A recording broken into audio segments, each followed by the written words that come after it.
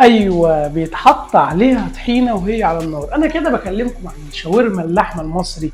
بس ايه حدوته، نجهز الحاجه ويلا بينا. نسن السكينه وبصلايه ونبدا نقطعها كده طرنشات هي والطماطم. نجيب البقدونس ونقطعها، بدل ما نستخدم البلانش بنقطع كله على مره واحده.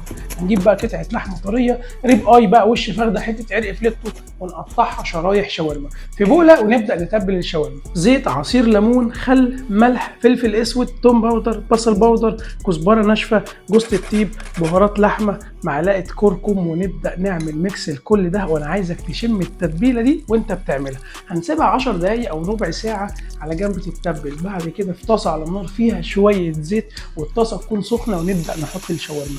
بعد كده عقبال ما الشاورما تبدا تستوي هنقطع الكايزر بتاعنا. اللحمه دخلت في مرحله التسويه، نبدا نحط البصل والطماطم وندي تقليبه حلوه. واول ما تخش بقى في التسويه الكامله نحط شويه البقدونس، ندي تقليبه. بعد ما حطينا البقدونس نشيلها على جنب. بوله فيها شويه طحينه، نحط طحينه. انا عايز الطحينه تكون جوه الشاورما وبره الشاورما. نبدا نقلب تقليبه حلوه. عندك اطفال ابدا بقى خليهم يعملوا معاك كده سندوتشات ونبدا. يا لهوي دي حدوته، انا النهارده جاي ادلعكم. اعمل سيب للحلقه دي عشان ما تتوهش منك، وهات العيش الكايزر ده بقى سقيه من الجوسي بتاع الشاورما. مدلعكم ولا لا؟ قولوا لي كده في الكومنتات انا مدلعكم ولا مش مدلعكم. اشوفكم في حلقه جديده. سلام.